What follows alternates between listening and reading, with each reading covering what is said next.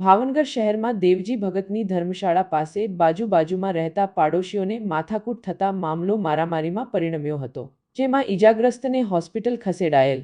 દેવજી ભગતની ધર્મશાળા પાસે રહેતા યાફાઈ સૈયદભાઈને અસ્ત્રા વડે ને પાઇપ વડે શકીલ હબીબાણી અને તેના ભાઈએ હુમલો કર્યો હતો. જો કે ભોગ બનનારનો આક્ષેપ છે કે શકીલ હબીબાણી તેમનું ઘર હડપી લેવા માંગે છે. અગાઉ પણ તેને મકાન લેવા માટે અમારી સાથે ઝઘડાઓ કર્યા છે.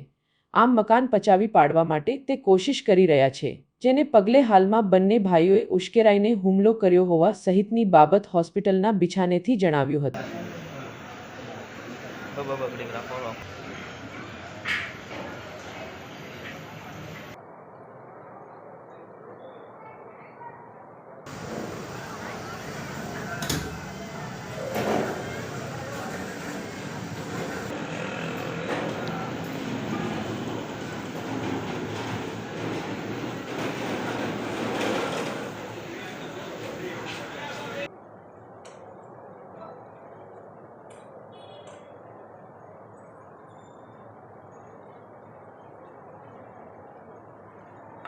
મારું નામ યાફાઈ સૈયદ બિન અબ્દુલભાઈ.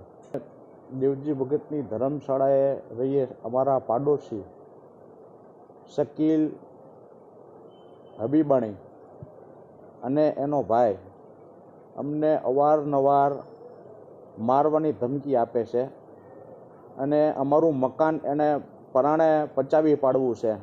અમને 7 થી 8 વખત મકાન વેચી દેવા માટે પ્રેશર કરે છે વારંવાર. અમે એને કીધું પણ અમારે વેચવું જ નથી, તો બેઠકની ક્યાં વાત.